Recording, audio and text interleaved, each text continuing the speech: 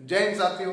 चलिए हम लोग स्टार्ट करते हैं आज का सेशन। और आज का सेशन जो होगा हम लोग का रासायनिक अभिक्रिया एवं समीकरण का जो चैप्टर है, इस चैप्टर का एकदम लास्ट वीडियो है, सबसे लास्ट वीडियो। इसके बाद वो रासायनिक अभिक्रिया एवं समीकरण का वीडियो नहीं आएगा। इस वीडियो के माध्यम से हम लोग तीन अभिक्रिया के बारे में पढ़ेंगे। वो होता है रेडॉक्स अभिक्रिया, इसके बारे में विस्तार से डिस्कस करेंगे, और उसमें क्षेपीय अभिक्रिया और एक उसमें शोषीय अभिक्रिया। चलिए तब स्टार्ट करते हैं रेडॉक्स अभिक्रिया यानी कि रेडॉक्स रिएक्शन। रेडॉक्स रिएक्शन को हम लोग बोलते हैं उपचयन और अपचयन अभिक्रिया। तो उपचयन और अपचयन अभिक्रिया जानने से पहले उपचयन क्या है और अपचयन क्या है, इसके बारे में हम लोग जान लेते हैं। देखिए उपचयन अभिक्रिया वैसा अभिक्रिया है जिसमें ऑक्सीजन का योग होता है। मतलब कोई भी अभिक्रिया में जाकर ऑक्सीजन जुट गया ना तो वो मेरा उपचयन अभिक्रिया हो गया। इसका मतलब ऑक्सीजन जुटा है, इसका मतलब कहीं ना कहीं हाइड्रोजन का कमी हुआ होगा। इसी कारण तो या हम लोग बोल सकते हैं उपचयन में ये भी बोल सकते हैं कि ऑक्सीजन का योग हुआ या फिर हाइड्रोजन का हानि हुआ या फिर हाइड्रोजन का घटाव हुआ। वैसे ही अभिक्रिया को बोलेंगे हम लोग उपचयन अभिक्रिया। तो वैसा रासायनिक अभिक्रिया जिसमें ऑक्सीजन का योग होता है उसे हम लोग क्या कहते हैं, उपचयन अभिक्रिया।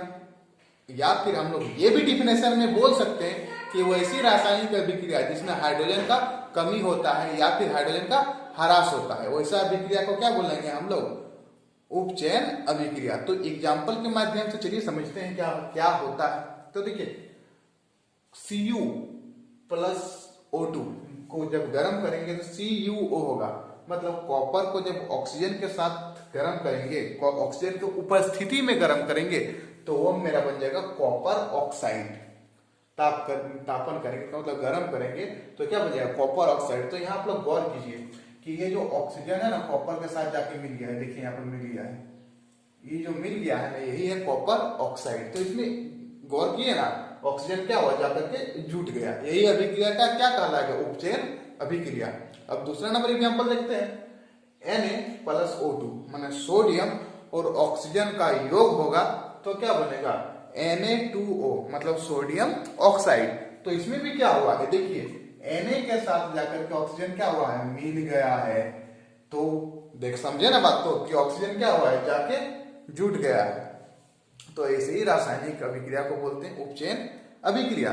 अब चलिए अपचयन के बारे में डिस्कस कर लेते हैं। देखिए अपचयन अभिक्रिया क्या होता है, वैसा अभिक्रिया जिसमें क्या होता है, ऑक्सीजन का कमी होता है। अब देखिए ऑक्सीजन का कमी हो रहा है, इसका मतलब हाइड्रोजन बढ़ जाएगा।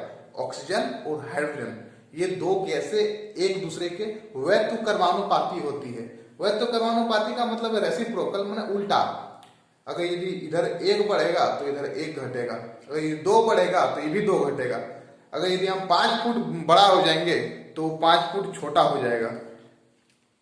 मेरा हाथ 10 किलो का हो जाएगा तो उसका हाथ 10 किलो कम हो जाएगा। यही जो तुलना करने का विधि है ना, या फिर एक दूसरे से रिलेशन स्थापित करता है ना, वैसे ही को बोलते हैं व्युत्क्रमानुपाती या फिर रेसिप्रोकल।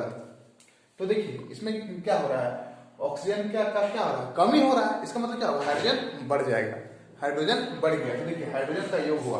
तो डिफिनेशन में लिख सकते हैं कि वैसा रासायनिक अभिक्रिया जिसमें ऑक्सीजन का कमी होता है, वैसा रासायनिक अभिक्रिया को बोलते हैं उपचयन अभिक्रिया। या फिर इतो भी बोल सकते हैं कि वैसा रासायनिक अभिक्रिया जिसमें हाइड्रोजन का योग होता है या फिर हाइड्रोजन का वृद्धि होता है, वैसा अभिक्रिया को बोलते हैं हम लोग अपचयन अभिक्रिया। एग्जाम्पल के माध्यम से समझते हैं पहले। देखिए इसमें कॉपर ऑक्साइड और हाइड्रोजन के साथ रिएक्शन है। तो इसमें देखिए कॉपर एक साइड हो गया और H2O मतलब जल का निर्माण किया। तो आप यहाँ देखिए ये क्या हुआ, यहाँ पर ऑक्सीजन था, कॉपर ऑक्साइड में ऑक्सीजन था ना, लेकिन यहाँ पर देखेंगे तो ऑक्सीजन का क्या हुआ है, कमी हुआ है ना, क्या हुआ है, कमी हुआ है। अब सेकंड नंबर में भी देखिए यहाँ पर जिंक ऑक्साइड था, बेचारा जिंक यहाँ पर है।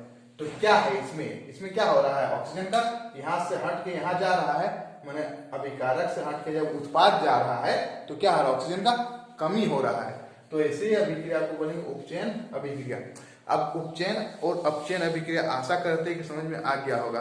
अब रेडॉक्स अभिक्रिया के बारे में जान लेते हैं। रेडॉक्स अभिक्रिया बेसिकली यहीं पर था लेकिन हम बताए नहीं, अब बताते हैं, गौर समझिएगा। देखिए यही रिएक्शन फिर हम यहाँ लिखते हैं, copper oxide plus hydrogen gas. इसको जब रिएक्शन करवाएंगे तब क्या बनेगा, कॉपर प्लस H2O। देखिए क्या होता है इसमें से, देखिएगा कॉपर ऑक्साइड जब उस साइड में जाएगा तब खाली कॉपर बन जाएगा। ये जो कॉपर बना है मतलब हाइड्रोजन का क्या नहीं, ऑक्सीजन का क्या हुआ है, कमी हुआ है। जब कमी होता है तब बताएंगे क्या होता है, उपचयन अभिक्रिया। तो इसको हम उपचयन अभिक्रिया लिख सकते हैं कि नहीं, एकदम लिख सकते हैं। कैसे नहीं लिख सकते हैं, ऑक्सीजन का क्या हुआ है, कमी हुआ है। और दूसरा साइड यहाँ देखिए, ये जो हाइड्रोजन है इसमें क्या हो गया है, ऑक्सीजन यहाँ पर आके जुड़ गया है और जुट गया है। देखिए उपचयन अभिक्रिया हम थोड़ा मिस्टेक कर दिए। देखो देखिए ऑक्सीजन का क्या हुआ है, कमी हुआ है। और जब कमी होता है ना तो उसको बोलते हैं अपचयन अभिक्रिया। क्या बोलते हैं, अपचयन अभिक्रिया। और यहाँ पर देखिए ऑक्सीजन क्या हुआ, वृद्धि हुआ है। तो यहाँ से हम लोग जानते हैं कि क्या हुआ है, ऑक्सीजन का क्या हुआ, वृद्धि हुआ है। ऑक्सीजन का वृद्धि होना क्या कहलाता है, उपचयन अभिक्रिया। तो देखिए एक ऐसा अभिक्रिया जिसमें उपचयन भी पाया जाए और अपचयन भी पाया जाए, वैसा अभिक्रिया को हम लोग बोलते हैं रेडॉक्स अभिक्रिया या फिर उपचयन अपचयन। उपचयन या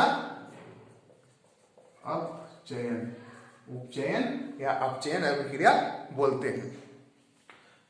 तो इस देखिए ये जो 10 क्लास है या फिर कंपटीशन लेवल का एग्जाम है, जो हो गया एसएससी हो गया, वही सब एग्जाम है। इस सब में जो ज्यादा डीपली क्वेश्चन नहीं पूछा जाता है, वही आप 11-12 में जब पढ़ेंगे ना तो रेडॉक्स रिएक्शन का बहुत बड़ा चैप्टर ही मिलेगा। तो उसमें बहुत सारा रिएक्शन के बारे में पढ़ना होता है। तो हम यहाँ पर बस यही चीज के बारे में पढ़े हैं, रिएक्शन क्या होता है, रिएक्शन का डिफिनेशन दे देगा, बोलेगा कौन सा रिएक्शन है बताइए, तो वही सब टिक मारना होता है। इसीलिए अभी हम इतना ही रहने देते हैं उपचयन और अपचयन अभिक्रिया में ही। तो देखिए आते हैं अब दूसरा अभिक्रिया का नाम है ऊष्माक्षेपी। देखिए ऊष्माक्षेपी से आप लोग को नहीं लग रहा है ऊष्मा का आवाज आ रहा है, तो देखिए इसमें क्या होगा, ऊष्माक्षेपी में क्या होगा, ऊष्मा उत्पन्न होगा। ऊष्मा क्या होगा, उत्पन्न होगा। तो वैसा रासायनिक अभिक्रिया जिसमें क्या होता है, ऊष्मा उत्पन्न होता है, उस अभिक्रिया को क्या बोलते हैं, ऊष्माक्षेपी अभिक्रिया। अब देखिए उत्पन्न होता है तो देखिए उसका एग्जाम्पल लेते हैं पहले। देखिए आप लोग मीथेन गैस को जब ऑक्सीजन के साथ अभिक्रिया कराएंगे तो यहाँ पर CO2 प्लस जल बनेगा प्लस कुछ ऊर्जा बनेगा। ये जो ऊर्जा बना है ना, ये बेसिकली जो ऊर्जा बना है वो बेसिकली ऊष्मा है। ऊर्जा क्या, ऊष्मा भी क्या है, एक प्रकार का ऊर्जा ही है। तो देखिए ये जो ऊर्जा बना हुआ है ना, यही ऊर्जा है मेरा ऊष्मा उत्पन्न कर रहा है। तो देखिए क्या हो रहा है, प्लस में आ रहा है, इसका मतलब क्या है, कुछ बना रहा है। क्या कर रहा है, कुछ बना रहा है। इसीलिए क्या है ये अभिक्रिया क्या है, ऊष्माक्षेपी। ऊष्मा क्या हो रहा है, बना रहा है। मतलब क्या हो रहा है, उस साइड में कुछ बन रहा है नया। जानते हैं ना, इस साइड ये जो दाहिना साइड वाला है ये तो बना हुआ है और इस साइड वाला मिलाया हुआ है। ये तो पहले ही वीडियो में आप लोग को बताए थे। अब देखिए मीथेन गैस बेसिकली उसका बारे में थोड़ा बहुत जान लीजिए कि मीथेन गैस मिलता कहाँ है। तो देखिए जितना भी सड़ा हुआ गला हुआ पदार्थ रहता है ना, उस सब से मीथेन गैस निकलता है। जैसे कि साग सब्जी को जब सड़ गल पूरा जाएगा तो उस स्थिति में वो जो है ना मीथेन गैस का रूप ले लेता है। और मीथेन गैस हम लोग के लिए हानिकारक है। क्यों हानिकारक है, क्योंकि हम लोग जानते हैं कि मीथेन गैस जब ऑक्सीजन का संपर्क में आएगा तो कार्बन डाइऑक्साइड गैस निकलेगा प्लस जल बनाएगा। देखिए यहाँ पर कार्बन डाइऑक्साइड बनाएगा और जल बनाएगा, प्लस में कुछ ऊष्मा भी बनाएगा, मतलब ऊर्जा भी बनाएगा कुछ। तो देखिए ये जो कार्बन डाइऑक्साइड जो गैस निकला है ना, ये हमारे लिए हानिकारक है। तो देखिए जितना भी सड़ा गला हुआ पदार्थ होता है उसमें क्या होता है, मीथेन गैस निकलता है। और मीथेन गैस जब ऑक्सीजन के संपर्क में आ जाता है तब कार्बन डाइऑक्साइड जल और ऊर्जा बनाता है। तो बेसिकली यहाँ पर फोकस करना है हम लोग को ऊष्माक्षेपी में। और ऊष्माक्षेपी अभिक्रिया में क्या होता है, ऊष्मा उत्पन्न होता है। तो और एक एग्जाम्पल के थ्रू समझते हैं। ग्लूकोज को जब ऑक्सीजन के साथ अभिक्रिया करा देंगे तो कार्बन डाइऑक्साइड जल प्लस कुछ ऊर्जा बनेगा। तो यहाँ से वो क्वेश्चन भी बोलेगा, क्वेश्चन क्या बोलेगा कि क्या बोले, श्वसन को हम लोग ऊष्माक्षेपी अभिक्रिया क्यों कहते हैं, श्वसन को हम लोग ऊष्माक्षेपी अभिक्रिया क्यों कहते हैं। तो देखिए श्वसन के फलस्वरूप क्या होता है, हम लोग को शरीर में ऊर्जा बनता है। इसीलिए हम लोग क्या बोलते हैं, श्वसन के फलस्वरूप ऊर्जा बनने के कारण क्या बोलते हैं, इसको ऊष्माक्षेपी अभिक्रिया। अब कैसे बनता है तो बायोलॉजी का टॉपिक है, तो बताना पड़ेगा, पूरा एकदम डाइजेस्टिव सिस्टम बताना पड़ेगा, ब्लड सर्कुलेटरी सिस्टम बताना पड़ेगा। इसके लिए सीधा समझ लीजिए क्या होता है, जैसे ही हम लोग सांस लेते हैं ना, सांस लेने का फलस्वरूप क्या मिलता है हम लोग को शरीर में ऊर्जा बनता है। इसी कारण से इसको क्या बोलते हैं, ऊष्माक्षेपी अभिक्रिया बोलते हैं। तो एक नंबर या क्वेश्चन में टिक मारने के लिए पूछ सकता है कि श्वसन कौन से अभिक्रिया के अंतर्गत आता है, तो याद रखिएगा ऊष्माक्षेपी के अंतर्गत यह आता है। अब ऊष्माशोषी, शोषी से आप लोग को सामने आ रहा है किसी भी चीज का शोषण करना, किसी भी चीज को शोषण करना। शोषण करने का मतलब क्या होता है, दबा देना। किसी भी चीज को दबा दीजिएगा तो वो क्या हो जाएगा, शोषण हो जाएगा, मतलब उसको बढ़ने नहीं दिए, जो था उससे और घटा दिए।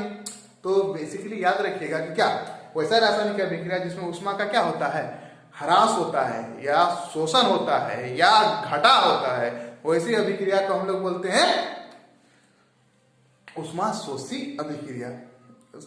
ऊष्माशोषी अभिक्रिया का एग्जांपल ले लेते हैं। N2 + O2 बराबर क्या होता है, NO। NO जब निकलता है तो इसके साथ कुछ ऊष्मा भी निकल जाता है, 43.2 किलो कैलोरी ऊष्मा निकल जाता है। तो देखिए इसमें क्या हुआ है, ऊष्मा क्या हो रहा है, निकल रहा है, घट रहा है। क्या हो रहा है, घट रहा है। ऐसा अभिक्रिया को बोलते हैं ऊष्माशोषी अभिक्रिया। हम आशा करते हैं कि ये 3 अभिक्रिया आप लोग को समझ में आए होंगे। तो मिलेंगे नेक्स्ट टॉपिक के साथ नेक्स्ट वीडियो में, तब तक के लिए जय हिंद।